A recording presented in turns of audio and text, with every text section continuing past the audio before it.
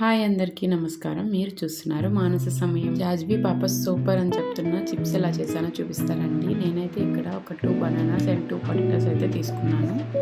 First అయితే పొటాటోస్ని peel off చేసేసుకొని స్లైసెస్గా cut చేసేసుకోవాలి. తర్వాత ఒక 10 to 15 మినిట్స్ ఐస్ వాటర్లో అయితే సోక్ చేసుకోవాలి. ఈ పొటాటోస్ అన్నిటిని బాగా స్టెయిన్ చేసేసి వాటర్ లేకుండా చూసుకోవాలి. దానికోసం ఒక క్లాత్ మీద పెట్టుకొని ప్రెస్ చేసుకుంటే మన వాటర్ అంతా పీల్చేస్తాయి. లైట్గా సాల్ట్ యాడ్ చేసేసి ఎయిర్ ఫ్రైలో అయితే పెట్టేసుకోవచ్చు, లేకుంటే ఆయిల్లో కూడా డీప్ ఫ్రై చేసుకోవచ్చు. ఎయిర్ ఫ్రైయర్లో అయితే ఇలా సింగిల్ లేయర్గా అయితే పెట్టుకోవాల్సి వస్తుంది. ప్రీ హీట్ చేసుకున్న ఎయిర్ ఫ్రైయర్లో 185 degreesలో 10 minutes అయితే పెట్టుకున్నాను.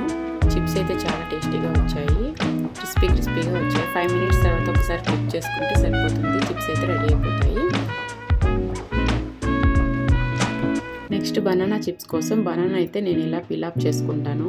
వాటికి ఇచ్చిన ఎడ్జెస్లో చిన్నగా కట్టించుకుంటే ఈజీగా పీల్ అయితే వచ్చేస్తుంది.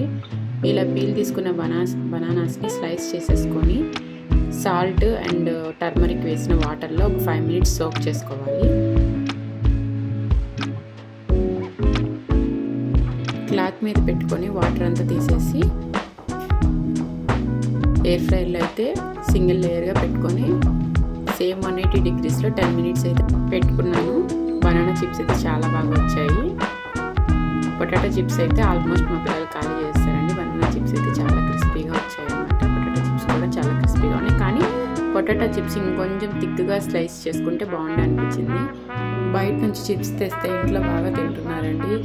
ఆయిల్లో డిప్ చేసి కదా, అందుకని నేను ఎయిర్ ఫ్రైలో అయితే ట్రై చేశాను. చాలా బాగా టర్న్ అవుట్ అయినాయి అన్నమాట. 1 dayలోనే ఫినిష్ చేసేసారు. బనానా చిప్స్ అయితే సూపర్గా ఉన్నాయండి. ఆలు చిప్స్ అయితే ఓకే అనమాట. మళ్ళీ ఇంకొక వీడియోలో కలుద్దాం. అంతవరకు bye. Thank you for watching.